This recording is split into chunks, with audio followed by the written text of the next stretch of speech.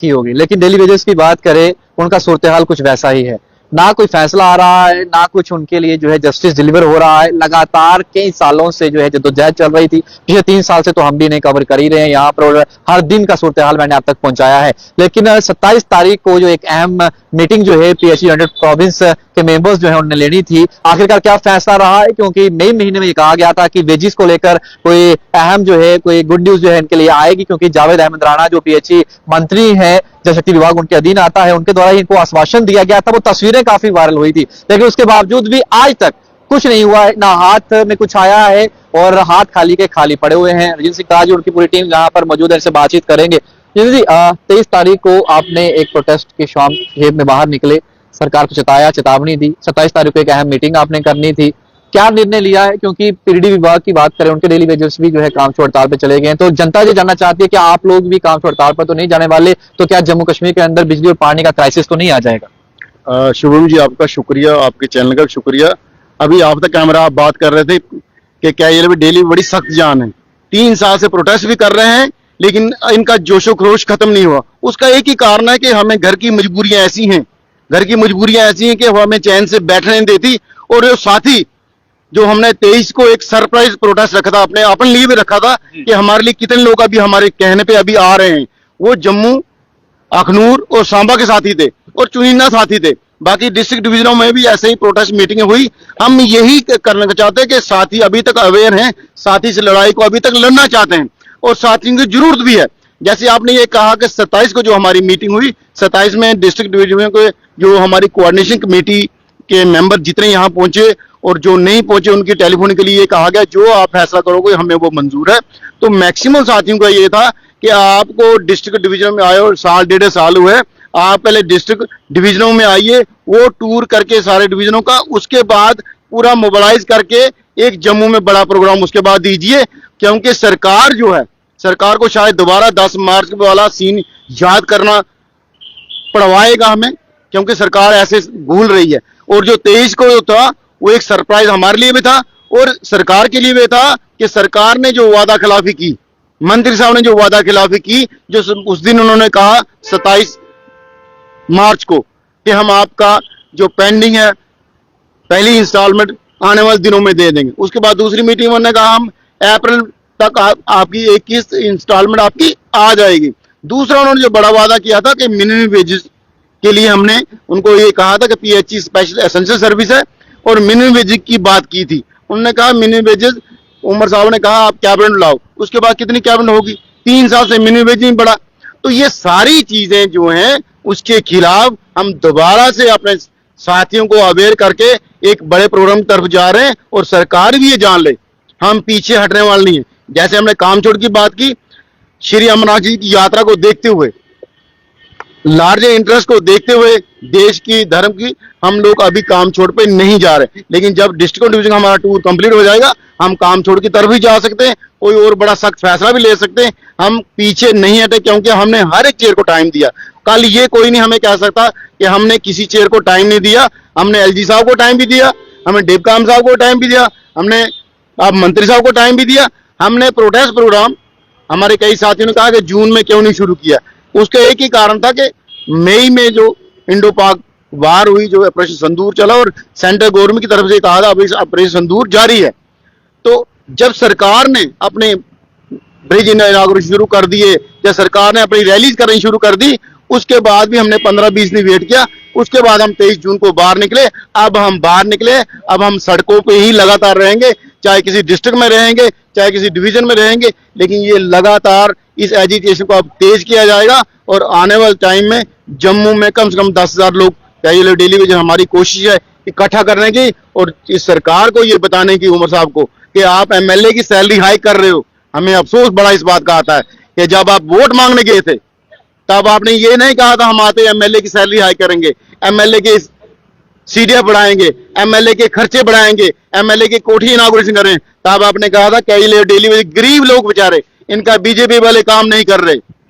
तो आज बीजेपी वाले भी, वो MLA जो है उन्होंने भी सैलरी के लिए मना नहीं किया। हम एकजुट हो गए, बिल्कुल अपने मकसद के लिए, अपने लिए फायदे के लिए सब लोग एकजुट हो गए। लेकिन हमारे मसले के लिए ये सिर्फ दिखावा घड़ियाली आंसू हैं जो हमारे हक में नहीं है। पिछले 10 साल से बीजेपी ने ठगा, अब ये सब मिलके ठग रहे हैं। आज 5 लाख की सैलरी की बात सुनने में आई है। आज सैलरी की मीटिंग हुई एक दिन पहले, 2 दिन, उसकी जगह क्या ये लोग डेली वेज की रेगुलेशन मीटिंग होनी चाहिए थी। इनको हम मिनिमम वेज दें जो इनका पिछले 3 साल से बकाया है। इन 3 सालों में परमानेंट एम्प्लॉयज को कम से कम 6 बार महंगाई भत्ता जिसको कहा जाए, डीए कहा जाए, वो दिया गया। हमारा क्या कसूर है? इसीलिए हम बिल्कुल शांत बैठे थे। हम अपने प्रोटेस्ट जो कर रहे थे अपने कॉम्प्लेक्स के अंदर, आपने भी कई बार कवर किया। 23 के बाद हम बाहर निकले, अब ये सड़कों पे रहेंगे। अब लॉ ऑर्डर की प्रॉब्लम किसी डिस्ट्रिक्ट में होती है, कहीं होती है, उसकी रिस्पॉन्सिबिलिटी ये बड़े लोगों की है जो अपनी सैलरी बढ़ाने के नाम पे, चाहे किसी पार्टी का, लेकिन उन्होंने मना नहीं किया। किसी ने भी इतना तरस नहीं खाया कि गरीब क्या ये डेली वेजर है, इनकी क्या ये डेली वेजर की सैलरी हाई की जाए, या कोई स्ट्राइक पे बैठा है, या कोई काम छोड़ पे, उनकी सुध ली जाए। ये और मुद्दों पे एक्टिवेट हो जाएंगे। बीजेपी वाले चाहें आज भी दिल्ली जाके 28 एमएलए हैं, आज भी दिल्ली जाके वो 60,000 लोगों के लिए क्या 30,000 32,000 पीएचई का, बाकी जो डिपार्टमेंट उनके लिए पैकेज वन टाइम ला सकते हैं, चाहे तो ला सकते हैं। उमरदुल्ला गए थे ना, उमरदुल्ला ने ट्वीट किया, उन्होंने कहा कि मैं केंद्र के पास गया था, उनको कहा था कि परियोजनाएं दीजिए, और मैं आभार प्रकट करता हूं देश के प्रधानमंत्री का, नितिन गडकरी का, कि 10,637 करोड़ रुपया दिया है जिससे डेवलपमेंट प्रोजेक्ट्स लगेंगे। अगर वो वहां जाके वो बात करके पैसा ला सकते हैं, अप्रिशिएट कर सकते हैं, तो क्या आपका 400-500 करोड़ नहीं ले सकते थे उनसे? देखिए, यही बड़े अफसोस की बात है। यही एक बहुत बड़ा गोलमाल है। डेवलपमेंट के प्रोजेक्ट आते हैं, वो क्यों आते हैं? उनमें से कहीं ना कहीं किसी का इंटरेस्ट तो वॉच होता है। हमारे प्रोजेक्ट, हमारे वन टाइम पैकेज में से किसी को कुछ मिलेगा नहीं। आप बात को समझते हो कि डेवलपमेंट का प्रोजेक्ट दिल्ली वाले भी दे देते हैं, ये भी ले आते हैं, लेकिन हमारा प्रोजेक्ट कौन सा बड़ा है? हमें 1,000 करोड़ दे दें, हमारे 60,000 लोग या 32,000 पीएचए का रेगुलर होता है, कोई बड़ा प्रोजेक्ट तो है नहीं है। हम लोग ये भी कहा था हमारा जो पेंडिंग है वो रहने दो, हमें रेगुलर पहले कर, 2 साल पहले हमने कहा था हमें रेगुलर कर दो, वो भी नहीं किया उन्होंने। हमने इवन तक इनको कहा था जी कि फाइनेंशियल इंप्लीकेशन आएगी, आपको रेगुलर करेंगे जब एलजी एडमिनिस्ट्रेशन, हमने कहा 9,000 में रेगुलर कर दो, हम लिख के दे देंगे। हम एक सवाल और भी है ना, क्योंकि एलजी जब जहां पे सेशन कर रहे थे, अब तो सरकार यूटी के अंदर आ चुकी है, लोगों ने चुनकर इलेक्टेड रिप्रेजेंटेटिव भेज दिए हैं। ये लोग एलजी को कोसते थे कि वो नहीं कर रहे, वो नहीं कर रहे। अब तो 8-9 महीने हो गए, बड़े कोई फैसले लेने हैं, गाड़ियां लेनी है, एकदम से फैसला होकर पैसा आ जाता है, सैलरी एनहांसमेंट होती है, एकदम से मीटिंग होती है, एलजी साहब उसको हरी झंडी दिखा के साइन भी करते हैं, लेकिन आप लोगों के लिए कोई चीज नहीं हो पा रही है। ये थोड़ा सा असमंजस, और कहते हैं कि थोड़ा सा अड़चने आ रही हैं, सैलरी बढ़ाने के लिए कोई अड़चन नहीं आएगी, गाड़ी बढ़ाने के लिए कोई अड़चन नहीं है, एलजी साहब ने साइन कर दी है। शुभम जी, यही ये बड़े लोग जो है ना, जब इनका खुद का इंटरेस्ट कोई होता है, सब इकट्ठे हो जाते हैं। एलजी साहब के पीछे एक बयान सुना था कि एलजी साहब का पुलिस मेरे कंट्रोल में, बाकी सब इनके पास है। अब हमें ये समझ नहीं आ रहा कौन सच बोल रहा है, कौन झूठ बोल रहा है। तो हमारी आपके माध्यम से एलजी साहब से हाथ जोड़ के बेनती है, उमर साहब से भी बेनती है, दया करो क्या ये डेली वेजरों पे फुटबॉल मत समझो, इधर से कोई उधर मार रहा है, उधर से कोई इधर मार रहा है। क्या हम काम नहीं कर रहे? पीएचई का 30-32,000 60-65,000 का काम कर रहा है, डबल ड्यूटी कर रहा है। अगर हम काम नहीं करते, एक दिन के लिए 2 दिन के मास लीव भेजो सबको, डिलीवरी का ये को पीएचई वालों को, देखते पानी कौन चलाता है। आज करोड़ों की प्रोजेक्ट्स जो आ रहे हैं, क्या ये डिलीवरी ग्राउंड पे चला रहा है? जल जीवन मिशन, उसमें मैन पावर था ही नहीं, आज उसको भी जबरदस्त क्या डिलीवरी चलवाया जा रहा है। तो कहीं ना कहीं नाइंसाफी के साथ ह्यूमन राइट वायलेशन भी हो रही है, जो बहुत बड़ी बात है। ऐसे तो सभी कहते हैं सबका साथ सबका विकास, लेकिन हमारे साथ कोई नहीं है। ये अपना विकास अपना साथ है इनका। आपकी बात जावेद अहमद राणा जी से हुई थी, उसके बाद क्या आज तक कभी कोई बुलाया, उनको बातचीत हुई, कभी कुछ टेलीफोनिकली या फिर कहीं बुलाया हो कि मीटिंग की हो आपके लोगों के साथ? देखिए, उसके बाद भी शुभम जी 3-4 मीटिंग हुई और बड़े जोर से कहा इंशाल्लाह आपका जो मसला है जेन्युइन है, क्यों नहीं होगा। मुझे हमने कहा हमें अपने लोगों को जवाब देना होता, उन्होंने कहा आपको जवाब, मिनिस्टर मुझे जवाब नहीं दे, मुझे अपनी जितनी प्यारी, मैं क्यों नहीं इस मसले पे काम करूंगा। ये ऑन मीडिया कहने का ये है, इसलिए शायद नहीं हो रहा, अनजेन्युइन होता शायद हो जाता आज तक। अगर ये बड़े लोगों का होता, अगर ये एमएलए का होता तो ये हो जाता। ये गरीब लोगों का पैसा है, और अगर सरकार कोई अच्छी सरकार हो तो सरकार विद इंटरेस्ट मैसेज है।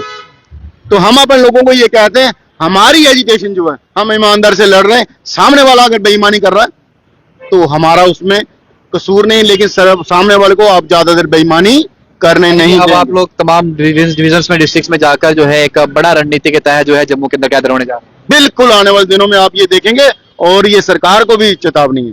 अब पीछे नहीं हटा जाएगा। हम अपने जायज हक मांगने वाले हैं, हम कोई नाइंसाफ गलत डिमांड कश्मीर नहीं के कर लोगों के साथ भी थोड़ा सा राब्ता है क्या? वो लोग भी सपोर्ट कर रहे हैं इस चीज में कि हम भी वहां पर एक बड़ा प्रोटेस्ट करेंगे ताकि सरकार जो है इनसे इन बजा सके आप लोग? देखिए टाइम टू टाइम वो भी कुछ साथी वहां पे वो भी प्रोटेस्ट करते हैं, कुछ साथी हमारे टच में हैं, कुछ साथी ने हमें ये कहा था कि आप कश्मीर में आओ, हम आपका अलग प्रोग्राम करते हैं, लेकिन हमारी वहाँ एक ऑर्गेनाइजेशन चल रही है, हमारे कुछ साथी उसको लीड कर रहे हैं, तो हम नहीं चाहते वहां पे जाके अगर नया बखेड़ा तैयार करना या कोई नया ग्रुप तैयार करना। तो हम ये कहा कि एक ग्रुप वो अगर को वहाँ चल रहा है अच्छी बात है, वहाँ भी वो टाइम से प्रोटेस्ट, लेकिन हमारी आपके माध्यम में उनको भी रिक्वेस्ट है, आप ही लगातार बाहर निकलो, एक प्रोटेस्ट करके 100 मत जाओ, एक प्रोटेस्ट करने